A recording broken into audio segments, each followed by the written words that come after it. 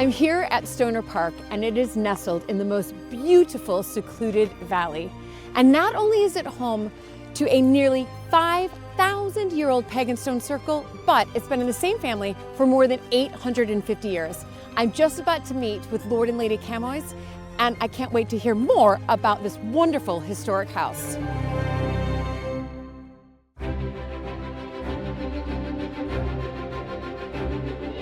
When I married into the British aristocracy, it was the start of a wonderfully exciting journey.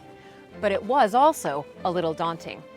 I became a Viscountess, and for an American girl from a small town outside Chicago, that was quite a shock. I live with my husband Luke, heir to the Earl of Sandwich, and our family at Mapperton House in Dorset. Living in a place like this is a joy, but also a challenge. And every day we're aware that we're preserving a very special part of Britain's heritage.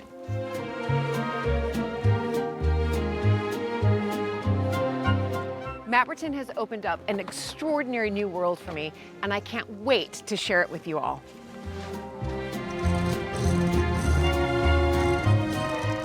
So if you love castles and manors and stately homes as much as I do, please join this American Viscountess as I journey into the British countryside in search of some of Britain's finest historic houses.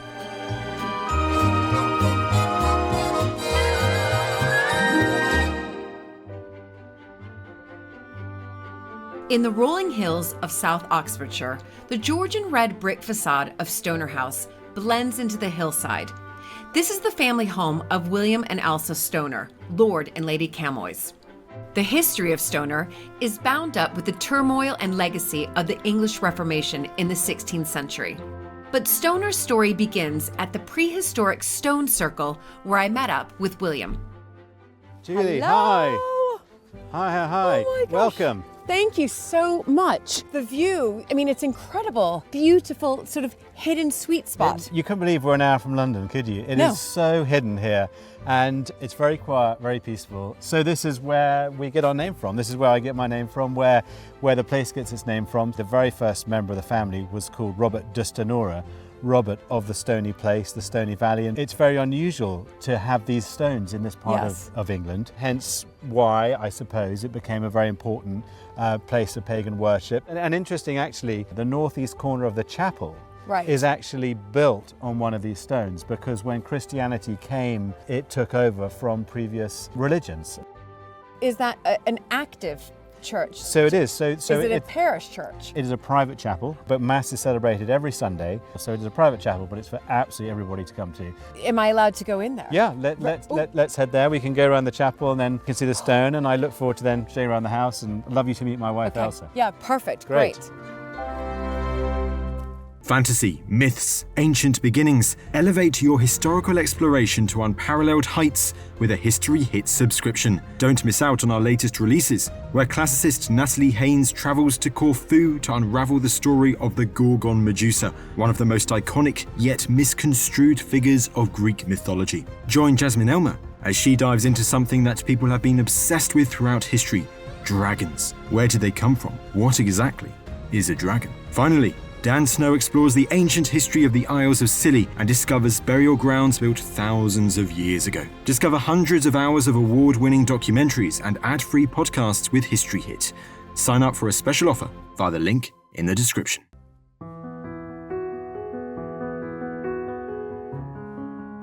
Beautiful.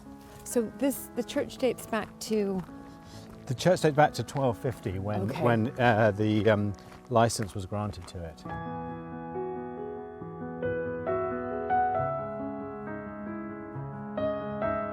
Wow, wonderful. Well, let's go and have a look inside. Okay, fantastic. So here we are in the chapel. It's not what I expected. I know, I thought I wouldn't tell you, because it got completely remodeled in the late 1700s. So even though this is a very old chapel, built in the late 1200s, it was remodeled in the Gothic revival style in the late 1700s, and then was later actually was redecorated shortly after the war by my grandparents. So yes, it's a little unusual, isn't it? It's not what you're expecting. It's quite cheering, I have to say. It's very, it's bright and happy. Yes, it is bright and happy. Yeah. Now, I'm standing very near a lot of your forebears here. So do you have a family vault? We do, underneath? yes. So these are the last members of the family who were laid to rest in the vault, which is now full.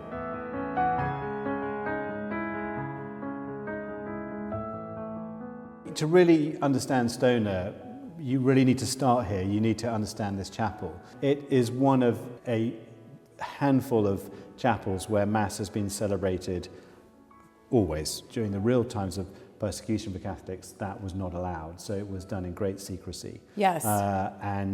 Because they didn't convert, the family had to pay huge taxes, both anti-Catholic taxes as well as paying triple the normal taxes. So they really gave up a lot, and so that's why I think it's really important to understand both this chapel and the family's Catholic faith, to really understand our family and everything about Stonor, because if they'd carried on to have been as successful as they were, the house probably would have been pulled down, and they would have put up the fashionable Palladian mansion instead. So anyway, that's history. Right, that's We've history. all made up. Yeah, you've all made up, Yeah. and here we are, and your family's still here. Yeah, we're still here, Stonor's, exactly. I mean, it's incredible, and the stories continue to evolve. The turbulence of history is felt deeply at Stonor. But at its core is a family who have survived and continue to live and worship in the home of their forebears. Well, Julie, welcome. Thank you Come on, Rogue. much. Can I take your coat? Thank you. As I wear many layers. Very sensible.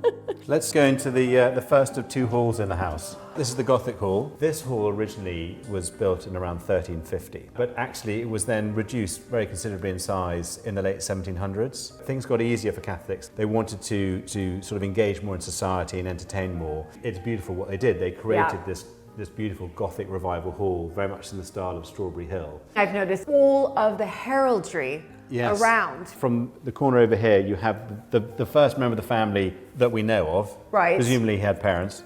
But Robert de Stonor from 1150. We go all the way around the room to my parents' shield and to the shield of my wife and I. I'm the 29th generation. And our children are the 30th generation to have lived here. That's really unheard of, isn't it? It's pretty unusual. We don't like moving, is what I like to say. But so, if I'm correct, 29 generations, and when you mentioned that was 1100, yeah, so about we're 1150. 1150. So that's what 900. Well, we're heading towards 900 years. Yes. That we've been here in this building.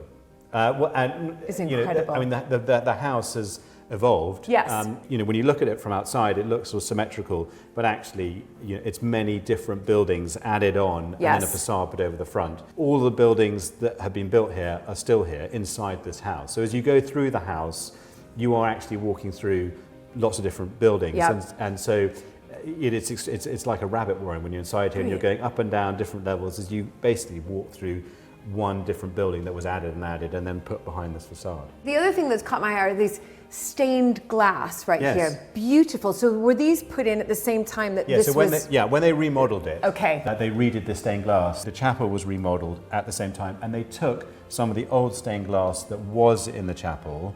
A lot of it had been damaged during the Civil War, but some of the old stained glass that survived, at that time they brought it into this hall. I suppose the other interesting thing to point out, I mean, there's lots of things in this room, but the earliest portraits we have of the family members, Francis Stonor and Dame Martha Stonor here on the right, which are from the late 1500s. They were all involved in hiding Edmund Campion, who became St. Edmund Campion. They were the people responsible for giving him protection and hiding him here in the house and looking after him when he came back to England to help continue supporting the Catholics in England. Exactly, and that was quite common, of course, during that period. That there were lots of these hiding places. Yes. But yet many of them were found. Amazingly, he was not found here. He wasn't found. Because wow. this was his one of several, but probably the most important sort of base for him when he came back to England, because he was from London originally. He hid here and had his printing press here, from where he printed what became very famous, infamous documents. Yes. And they thought he was here, but they never found him because the hiding place was so good. And it was somewhere else that he was found. And Okay. then it was after that even though they'd been searching the house before and never found him, they then came back and they found where he had been and where his printing press was. Right. So this is Martha's portrait, and she's someone who we very much look up to as a really important member of the family. It was incredibly brave what she and the other members of the family did at the time. Yeah. So yes, it's lovely to have this picture of her. For me, I sort of treasure these two pictures. Yeah, and considering from what I'm just picking up on what your family has gone through, that they're still absolutely. here, which is great. Hi, Elsa. Hi. Hello.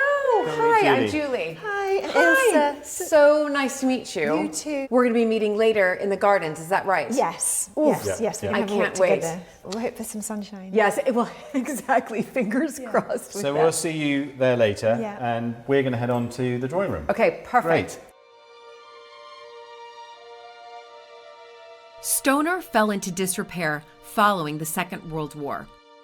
When William's parents took the reins in 1978, they began a long period of restoration. As William shows me the family rooms, it's clear they have been revived with great love and care, with each acknowledging Stonor's past. So this is the drawing room. As I say, this would have been part of the hall because it goes to the front of the house. So the hall would have gone, up and to the front of the house. And more stained glass here, I've just noticed. More stained glass, yes. There used to be leaded windows, mullion windows with many panes of glass, but they changed at the time to sash windows. Okay. Primarily to give in, more light. Yes. Because it would have been quite dark. But actually, we'd been paying, because we were Catholic, triple window tax, which was based on every pane. Of course. So if you had leaded windows, you might have had 60 or 70 panes of glass, whereas a sash window has 12. Exactly. So we save a lot of money, but also brought a lot more light. They put in these lovely Flemish stained glass from the 15th Lovely. and 16th century at the top. Yeah. Which, they are very special. Probably one of the most important documents or records we have. This painting of Stonor in the late 1600s. It's exquisite. What's quite interesting and what dates it is actually the horses. Okay. The reason why it dates it is because Catholics weren't allowed horses, because you could get around the country too quickly to cause trouble. It was relaxed for a short period of time. And they were keen to obviously show we've got horses again. Okay. And a coach. How interesting. And I mean, it's so beautifully detailed as well, though. These are the old leaded windows with Yeah.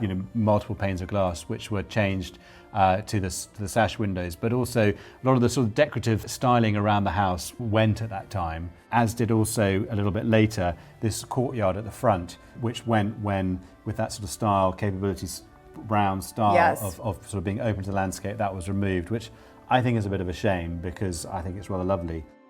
It was in the very top here of the roof where Edmund Campion hid. There's a chimney that you can just see the outline. Yeah, I can see it. I can just make it out. So the chimney, in theory, goes straight up, and it looks like it goes straight up. But at that time, they diverted the chimney, so it actually created a void. And so when they were raiding the house, trying to find him, they looked at that and they thought, well, there's a chimney below, there's a fireplace both floors below, the chimney from the outside we can see goes straight up. So they just didn't think that actually it had been shifted to create a void for him. That's why they didn't search. They just thought, well, there can't be something there because the chimney's going straight up. Right. What a lovely document, as you say. Sadly, we don't know who painted it. Right. We've never worked that out, but Well, it's absolutely hopefully one day we exquisite. will.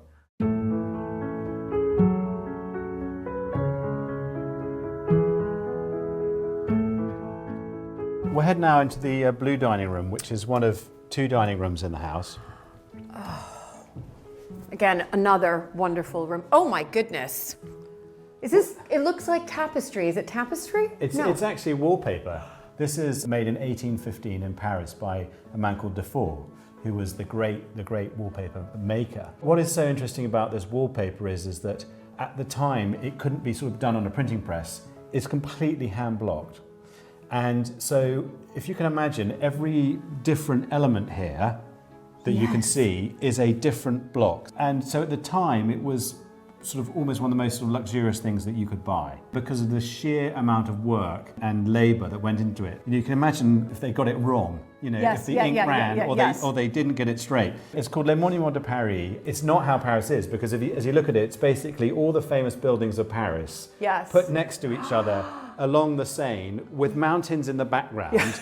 And the one building that is on the Seine, being Notre Dame, is actually not on the Seine. But anyway, but it is really, it's a very special thing. It was collected by a cousin of mine. It was in his lovely flat that he had in London. And he very kindly left it and some other wonderful things he collected to my father. And so when my parents moved back here, after my grandfather died, when we moved back here in 1978, that's when this was put here for the first time. I see. And it really is. It's one of the real sort of treasures that we have.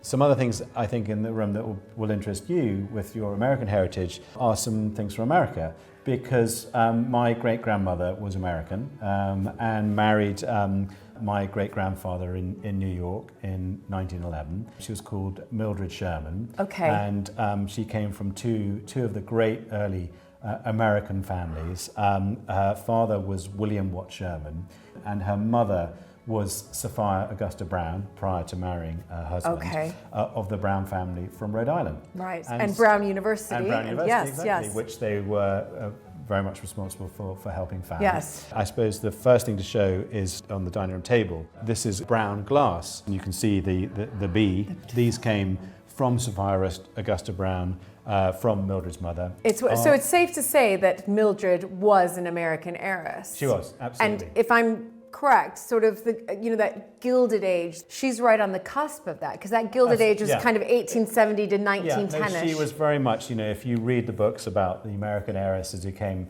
to England, she is one of them. All around the beautiful blue dining room, there are references to William's American heritage. On the wall here, we have these wall sconces with, as you see, the American eagle. So these are from the federal period, from 1830. Yes. And these came through, again, from that side of the family. Sophia Augusta Brown, who became Mrs. Sherman, we have her liqueur box as well, which is French. Beautiful. So all around the house, there are different things from, from that side of the family. It's endlessly fascinating how every historic home has evolved over the centuries, and how the rooms have taken on new life over time. This room, over the years, has had many uses. Originally, it was the buttery. In 1180, the very earliest part of the house, this was the buttery. Since then, it's been an estate office, it's been a bedroom. I love those English terms, though, buttery, scullery, it was just brilliant. So it's really evolved, this room. And at one stage, it was a chapel. When it was very difficult for them to sometimes to say Mass in the actual chapel, they actually set up with a small travelling altar. But it's a study now. Yeah. Really interesting collection, mainly of Italian works of art. There is this portrait of Thomas Stonor, who became Lord Camoys. He was very much involved in the Catholic Emancipation Act of 1829. Right. He was very much behind getting that through, and later became Lord Camoys. Okay.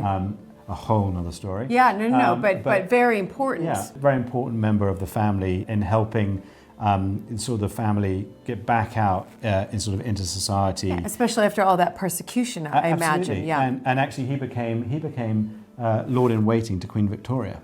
And his son married Elise Peel, the daughter of Robert Peel, the Prime Minister. Yes. So he very much, he sort of very much got back in society. He became MP prior to that of Oxford, the first time it's been possible since the Reformation.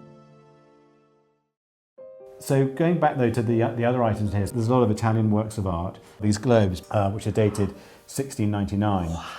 What I think you might find amusing is looking at America. Of course. Because over on the East Coast, this is very well mapped and documented. Yes. But when we get over to the West Coast, it actually has the Isla di California, where they thought California was an island. Oh my goodness. And it wasn't connected to the rest of America. And then as we sort of get north of there, it sort of blurs into the ocean because they obviously didn't know. This was made in Venice. And it says Il Mare, so it's the Sea of California as well. Yes, yeah, absolutely. So these are fun. When I was small, I had great technique for spinning these, and not realizing that they're actually very precious. 1699. Yeah, and I had really good technique. I could really get them going, and for some reason, no one ever spotted me doing it. So I used to do it for years. Anyway, now I don't. Okay, yes, and they've survived. They've survived. Brilliant. Yeah. How beautiful. What a treasure. Yeah, no, they are. And then we have these lovely studies by Karachi of a boy and a girl. They're gorgeous. They are gorgeous. When I walked in, these are the two I noticed right away. And what's interesting, they actually look quite contemporary, don't they? Yes, they do. They're quite sort of modern in style. And then sketches by Tintoretto and Tiepolo. Wow. So it's a there's a lovely one. And how did these come into the family? Very good question. So we had a cousin, he collected from about the 1930s, called Francis Stonor. And he was a great art expert, absolutely passionate about art. He never married, never had any children, and he left his collection to my father. You know, in the history of Stonor, they have not been here very long, but they've been here now nearly 50 years. Yeah, but what a truly remarkable gift. Oh, I mean, amazing! It's just we're very lucky to have this collection. Really. And things are dotted throughout the house from his wonderful collection.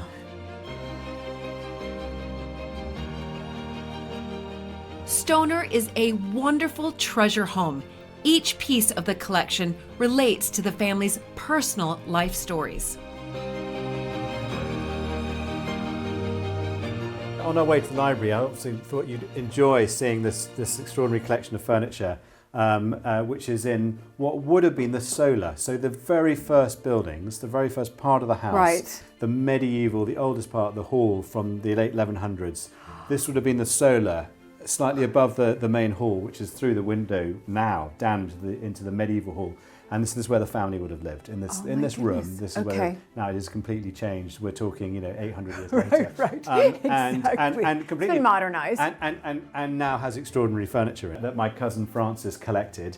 This actually, this extraordinary chair, which was from the back of a gondola in Venice, which he bought in Venice, which he then put on these wonderful stand that he had carved actually by a craftsman in London. This was actually next to his bath, and amazing. Amazing. And then this extraordinary bed. There are three things that art historians want to come and see when they come to Stonor. They like to see the globes, yes. They like to see the wallpaper, and they like to see this bed, which is totally unique. No one actually knows who made it. We know it's about 1820. It's probably French.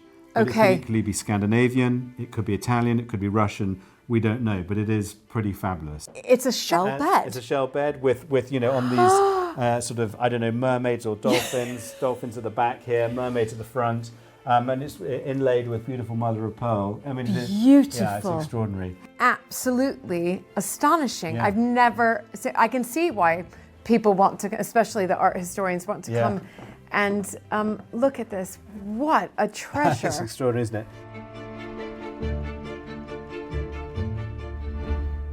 Now we're here in the library. A unique room as far as it's the only room in the house that goes from the back of the house to the front. And as you can see, we're on two levels. So the house is completely, bizarrely, I do not know why, it's completely built into the hill. So at the back of the ground floor, you're underground. You're right. Whereas here, we're up on the first floor now. But we're very much sort of into this valley. We are very much part of it. The house is built into it. It comes out of the hill. Right, okay. Was it always a library? So it was always a library, but my grandparents, they restored it. They repaired this beautiful barrel vault. They did a wonderful job. So the books in this library are really a very unique collection of ecclesiastical books, most of which were smuggled in to England during the Reformation. But also there's a lot of Anglican books. The family was very keen to keep up to speed with what the Church of England was thinking. They always remained very loyal to the crown. They just wanted to continue to practice their Catholic faith, but they very much wanted to know what was going on. So it is a pretty unique collection of ecclesiastical books here in this library. Yeah.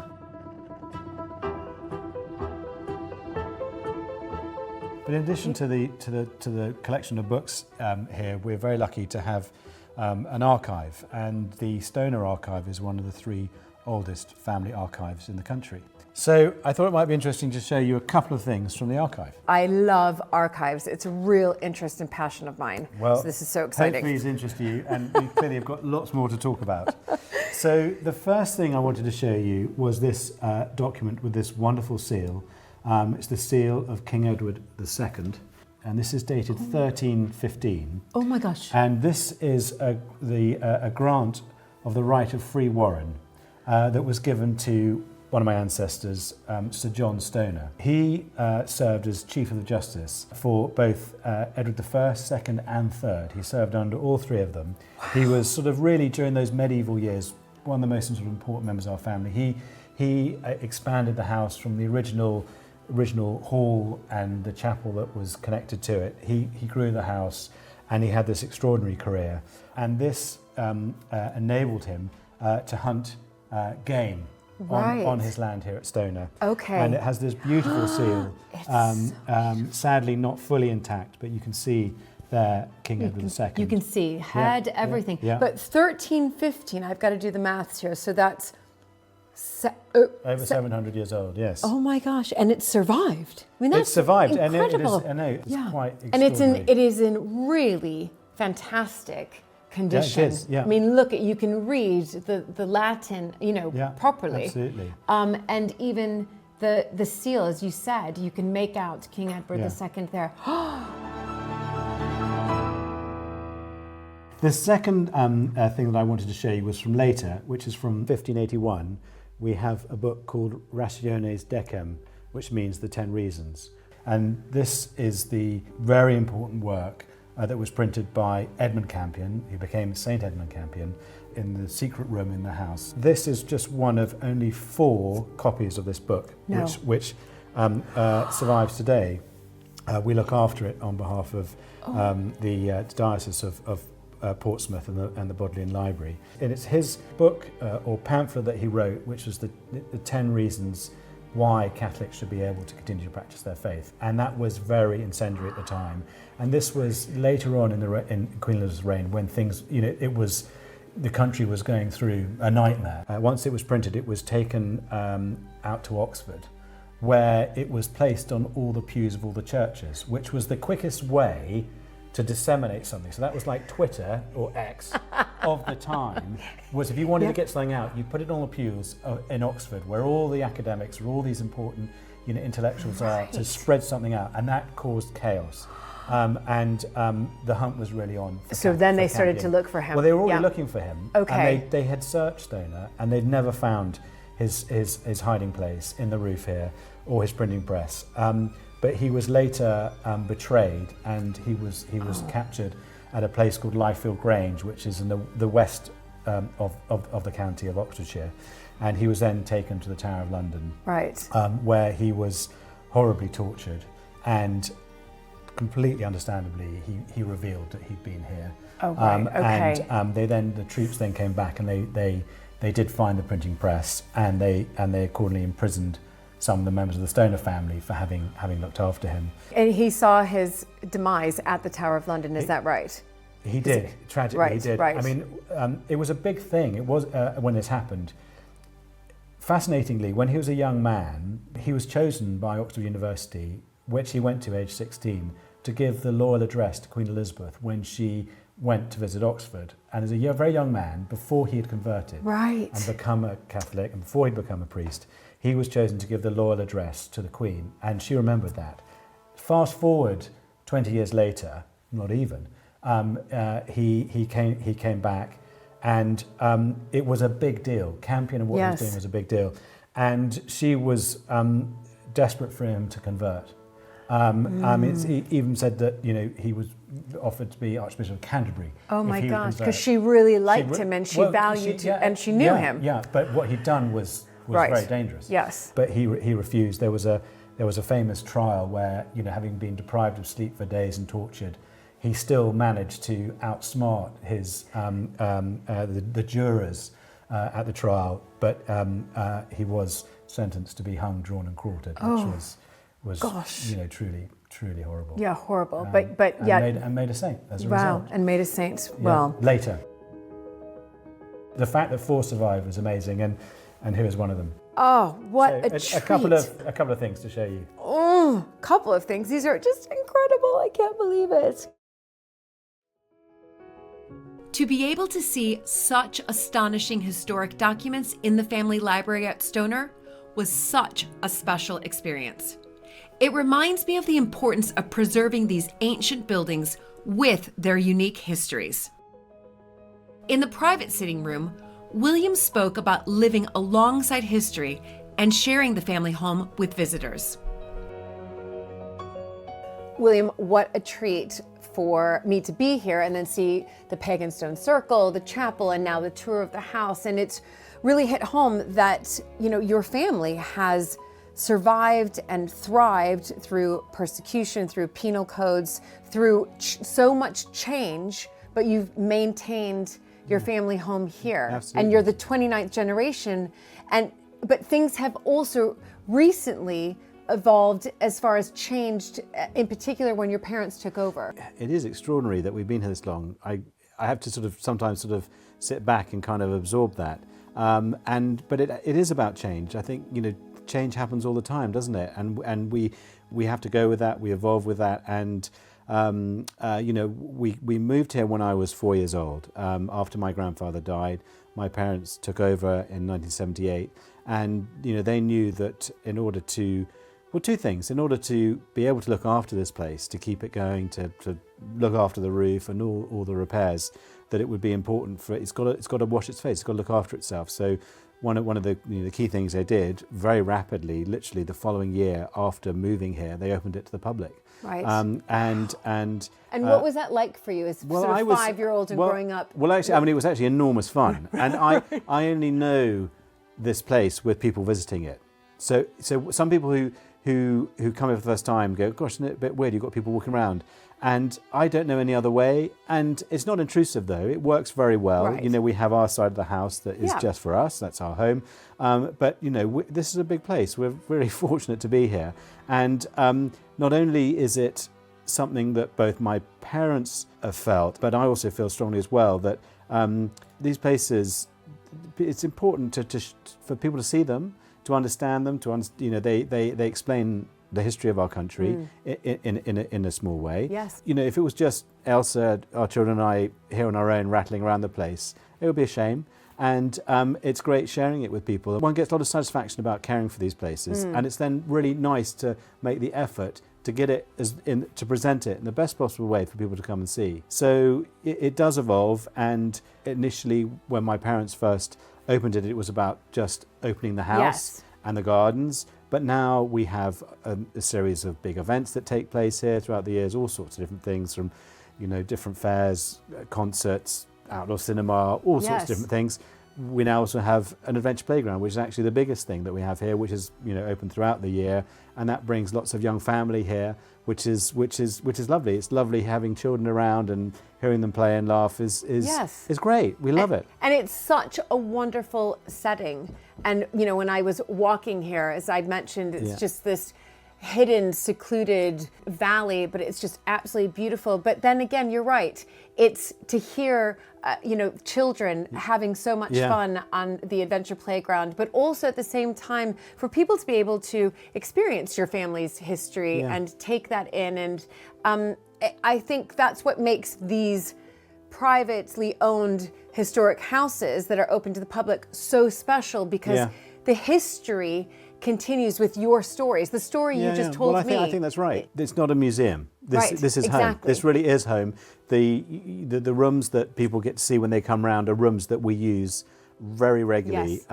We use them all the time, and you know, we'll have weekends where we've got friends staying in some of the bedrooms that are on display, and you know, we have to say to them, look, I'm afraid, you know, by 11 o'clock on Sunday morning, you've got to have made the bed and hidden your bags behind the bed, because people are going to be going around from lunchtime. And but so they really are our homes, and there has been, you know, the history of what my late father and my mother have done over the last 30 years, and that has been lived by people coming and seeing it, and you know, that will continue. Yeah, and it will continue, and you know, the next generation will say, right, I want to do something differently or add on to this. Exactly. And they are constantly. Yeah, because we are, you know, the way I feel about it, and I know the way my parents felt about it is that we are, you know, it sounds cliched, but we are just the custodians of it for this generation. And what we want to do is look after it, maintain it, and pass it on in good condition. And then it's up to the next generation to decide what they do. Exactly. And I completely understand that, of course, because I'm similar, smaller but similar with Mapperton, and it's wonderful to see people being able to enjoy it. And when I give tours, which happens occasionally, I need to give tours of the house. They want to know, oh my gosh, so do you spend Christmas in the drawing room? This is where we have Christmas, and also in the Gothic hall. And that's it's a lived-in family home, but yet we're sharing it. And I think that is what marks out these privately owned historic homes as something a bit different to visit compared to houses that are no longer lived in, which is still absolutely fascinating, wonderful, and it's amazing how many have been preserved. But that is something that is a little bit different. We're still living here and doing our best to look after them. Well, I am very much looking forward to, I hope, one day, an American Heiress exhibition. Because for me as the American, and I'm sure many people as well would feel the same way, oh my gosh, I want to know a little bit more about Mildred. That beauty. I saw her. She's beautiful. So your great-grandmother. No, definitely. It's something I'm very keen to do. Well, thank you so much, William. Thanks for been coming. Such a treat. And I'm just about to meet Elsa outside. She's going to show you around the garden. Oh, and who doesn't love a good English garden? Well, it's been lovely having you. Thanks for coming. Thank you.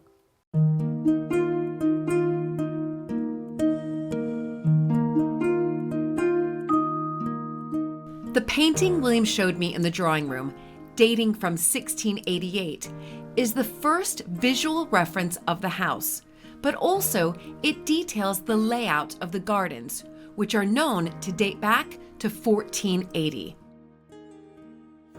I met Elsa to hear how the gardens have evolved in the more recent past. Elsa, this is beautiful. So tell me a little bit more about the history of the garden. I mean, obviously it dates back medieval, but then it's evolved since then. Is that right? Yes, the 17th century. We think that this is when this pleasure garden was created, and the gardens were terraced. Okay. And we know from a plan that the garden was divided into areas at that time, and so there would have been a kitchen court and a brew house, and these were the pleasure gardens. Right.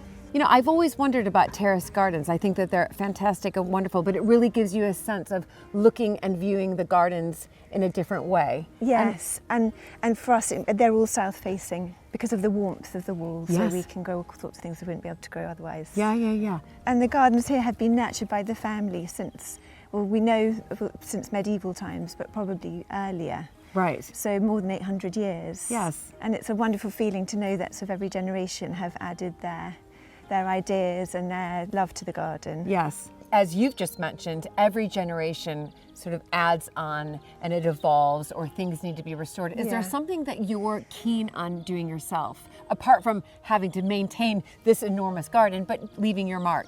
Yeah, so I've always wondered whether there should have been a focal point at the top of the park, because the access, it goes through the woods as you stand from the bottom. And I was talking to William about it, and he said, oh, but there is one. There are pillars right at just on the edge of the wood at the top of the hill. Yes. And he used to play in them when he was a child. And then we found a letter going back to about 1755 referencing an octagonal seat on the edge of a wood. Oh my goodness. And so we think that that's probably it. And one day I'd love to restore it. Yes, absolutely. So if we head up here, we can kind of peer through even more. Oh my goodness. Your tulips. What a beautiful color. Oh, thank you. They're new this year. Right. I had almost given up on tulips altogether because they'd been eaten so often by pheasants and squirrels. No. And then I decided to have one more go. Wow. I mean, they are beautiful, and just the lovely way that they contrast with the green that are in the beds right now, but up against, of course, the brick you see here. Beautiful.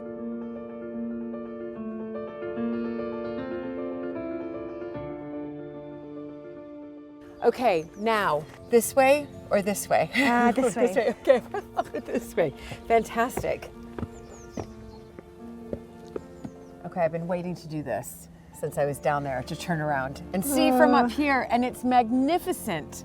Oh, thank you. Oh my goodness. There's something just special about this, isn't there? It is. It's the views of the park, from the garden, because we're on the hillside. Right. Yes, that we really love, and it's magical all times of year. We can never take it for granted. No. Yeah. Exactly. It's beautiful, and clearly that helicopter. No, it's actually not a helicopter. It's a lovely moth plane. It's not quite. They must be enjoying the view right now as well themselves.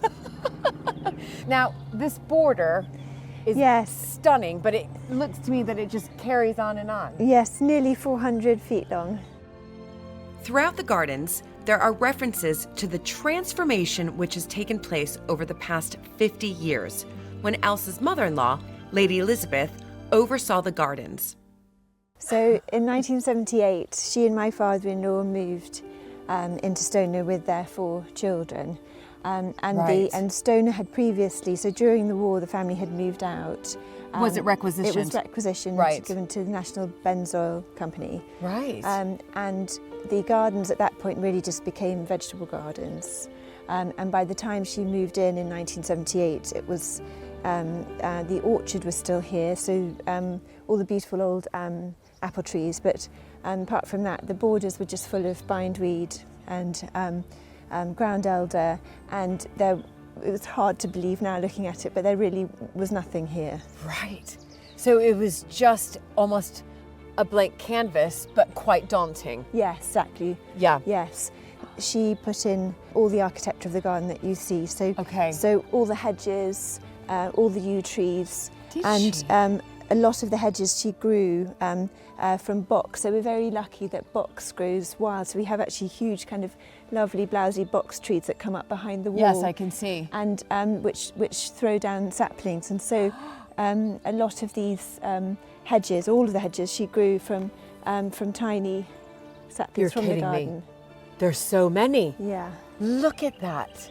And she put in all the 4 borders. Yes. So she had a hotbed and these shrub beds. This is, I mean, it is stunning. It's beautiful. And the fragrance also. I mean, I'm here during a wonderful spring day. A bit chilly, but a wonderful spring day. But the smells are fantastic as well.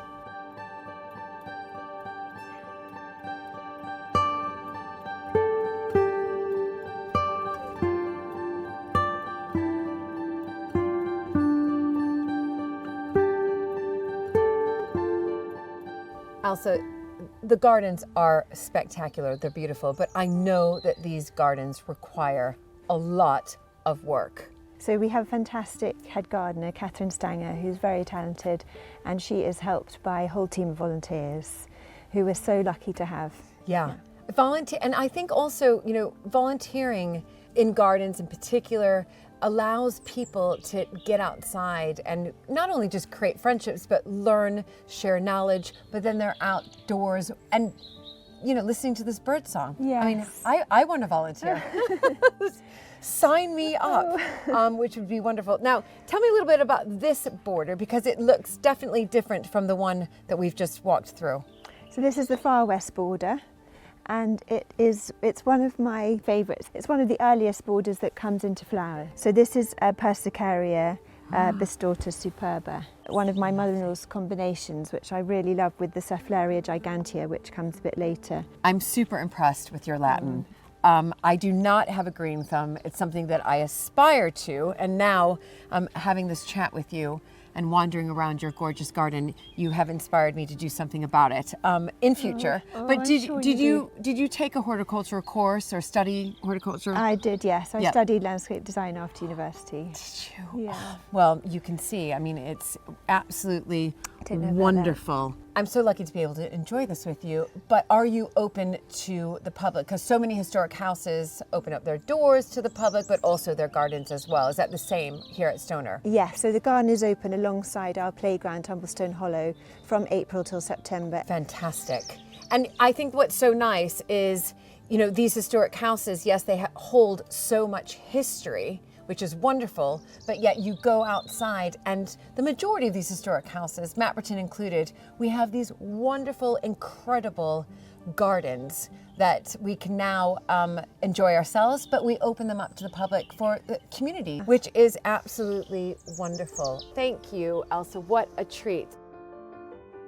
For over 850 years, the history of the Stonor family has been woven into the very fabric of the buildings and earth of this glorious location. Stonor survival is testimony to the belief and determination of the family. It's been such a joy to spend time with William and Elsa, and I hope you've enjoyed this historic house visit as much as I have.